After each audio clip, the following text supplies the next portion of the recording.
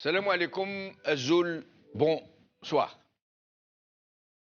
J'ai été avant-hier, samedi, avec quelques-uns de mes amis hérakistes, rejoindre nos compatriotes à Genève pour faire porter la voix des Algériens et affirmer leur solidarité avec leurs frères détenus politiques du régime.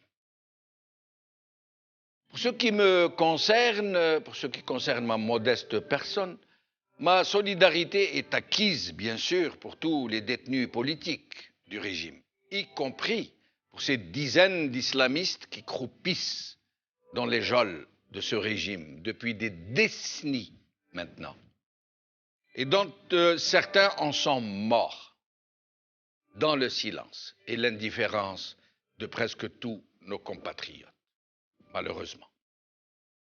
Ces détenus avaient pourtant été condamnés à de très lourdes peines de prison par une justice aux ordres, qui n'avait fait que prononcer les verdicts qu'on lui avait transmis par avance. Toutes ces victimes de l'injustice et de l'arbitraire portaient pourtant, lors de leur comparution, les stigmates de la torture, d'une affreuse torture. Leurs aveux leur avaient été arrachés par la violence et ils l'avaient déclaré à la barre en montrant les stigmates qui leur avaient été infligés. Mais les juges n'en avaient cure. Pardonnez-moi, mais je voulais le rappeler parce que je considère que la compassion et l'attachement à la justice et au droit ne doivent pas se moduler à la tête du client. Et il en est de même du général Rderi, ex-candidat à la présidentielle et qui a été jeté en prison, il y est depuis presque 2 ans maintenant, pour des motifs qui n'ont rien à voir avec ceux qui lui sont reprochés. Et donc, quand nous sommes arrivés à Genève, à l'endroit où se tenait la manifestation, j'avoue que dans une première réaction, j'ai été un peu déçu. Je m'attendais à des milliers de manifestants et il n'y en avait que quelques centaines, certainement moins de 400. Mais la magie n'allait pas tarder à agir. Ils étaient moins de 400, de tous âges et des deux sexes, mais ils vibraient d'une merveilleuse, d'une formidable énergie. Ils respiraient l'amour de leur pays, l'amour qu'ils éprouvent pour leur pays. Cette journée était pour la plupart une journée de repos après une longue semaine de travail. Mais ils n'avaient pas hésité. Et le plus émouvant est qu'il y avait parmi eux des Harraga, venus de France, à Genève. Des Algériens et des Algériennes qui avaient risqué leur vie pour fuir leur pays et qui venaient à Genève soutenir leurs frères, crier leur attachement à leur terre-mère, lui chanter tout leur amour. Oui, c'était cela qui transfigurait tous ces beaux visages. Ils étaient tous merveilleusement beaux, merveilleusement belles. Ils étaient éblouissants, elles étaient éblouissantes, unis en un même élan de générosité, de chaleur, d'amour, d'amour. Et ce fut en moi comme une révélation, comme une nuit qui accouche d'une rayonnante aurore. Oh, mes chers amis, je ne suis ni dans le lyrisme siripeux, ni dans la naïveté béate, parce que ce n'est pas être un mièvre bisounours que d'avoir l'inestimable chance, la grâce ineffable de pouvoir baigner dans une telle vibration d'amour. À plus forte raison, quand on s'est si longtemps imprégné de cette haine si intense, de ces noirs sentiments qui nous ont été inséminés jour après jour, non seulement depuis que ce régime nous incarcère, mais depuis bien plus longtemps, depuis ces temps immémoriaux vécu par nos aïeux sous le joug des oppresseurs successifs qui s'étaient imposés à eux, qui les avaient réduits en servitude, qui les avaient broyés, humiliés, dispersés, qui les avaient plongés dans le malheur. Et c'était en nous, en nos tréfonds, en notre inconscient collectif, comme si ces malheureux ancêtres nous avaient transmis toute cette souffrance qu'ils ont subie, de leur naissance à leur mort, génération après génération. Je ne sais pas de quelle manière ils nous l'ont communiqué, si c'est par nos gènes ou par notre si longue mémoire collective, mais il ne fait aucun doute que ces couches successives de lourds traumatismes nous habitent, qu'elles ont influé sur nos attitudes, sur notre pensée et qu'elles ont façonné nos comportements. C'est peut-être pour cela que nous nous sommes toujours distingués, pour la plupart d'entre nous, par notre irrésistible penchant à l'acrimonie, à la mélancolie, à la rancœur, au ressentiment, à l'hostilité quasi épidermique. Et c'est tout cela que le Hirak a extirpé de nos cœurs, comme on pourrait arracher une dent pourrie, une écharde.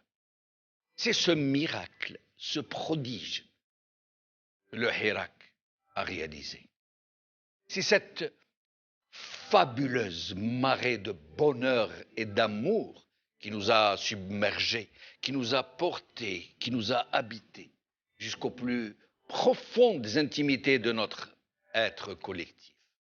Et c'est cela, cette merveilleuse thérapie collective, qui a pénétré nos âmes, qui a soufflé sur elles comme une douce brise du printemps qui vient chasser les miasmes et toutes les puanteurs qui nous ont si longtemps habités. J'ai été très étonné dès le début du Hirak par cette grâce qui semblait être descendue sur les millions de nos compatriotes qui emplissait nos rues. J'avais pensé au tout début que ce n'était là qu'une sorte d'addiction, de défoulement pour tous ces compatriotes trop longtemps sevrés de convivialité, de joie, de retrouvailles. J'avais pensé que les gens allaient s'amuser en quelque sorte, se mettre en récréation, mettre de la couleur et des rires dans leur grisaille quotidienne.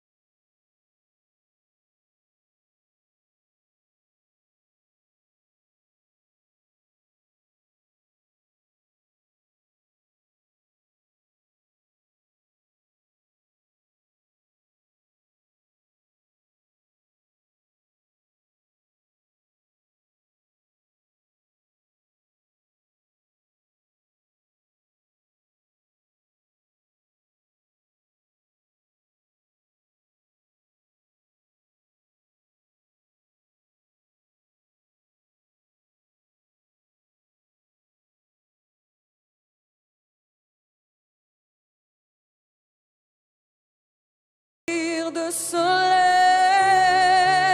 la laideur des faubourgs, quand on n'a que l'amour pour unique raison, pour unique chanson et unique secours.